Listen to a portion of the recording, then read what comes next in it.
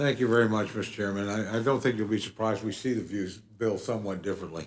But this is now the fourth time this committee is meeting on the majority's monstrosity of a reconciliation bill. I hope this is not becoming the new normal around here, meeting before you're ready and rewriting bills multiple times at the Rules Committee. 2 weeks ago, I noted that this bill should be called the bad, bad, bad bill, and I stand by that characterization. It's a wish list of radical policy provisions and reckless spending that would lead to massive tax increases, trillions added to the national debt, and more government control of our lives. What's worse, it's been cobbled together in the back rooms of the Speaker's office rather than going through the regular legislative process. To make matters even worse, we've just received a bill score from the Congressional Budget Office, but no one's yet had time to fully review it. We may have that score in hand, but I don't think any member has had time to consider it yet. Why aren't we giving ourselves the chance to review the critical information as the Senate will do?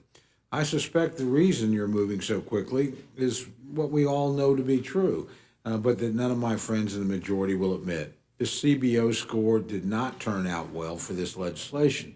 Contrary to President Biden's repeated claim that this bill will cost $0, it will actually cost trillions. Not only does the CBO score show that almost $400 billion is unpaid for over the next 10 years, but the judiciary title alone adds another $400 billion over the following 10.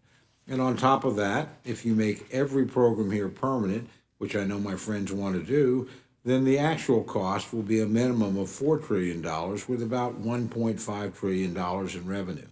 It would be an outrageously unbalanced bill, one that would actually cost taxpayers well over $2 trillion over the next 10 years.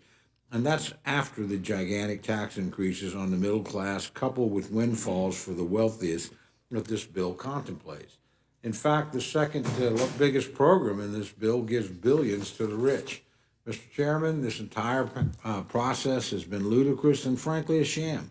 4 different meetings on this bill, multiple managers' amendment, each drafted in the back rooms of leadership offices, pushing ahead without taking time to digest the CBO score, all to rush ahead to push through a bloated, unbalanced spending package that you know the Senate will change.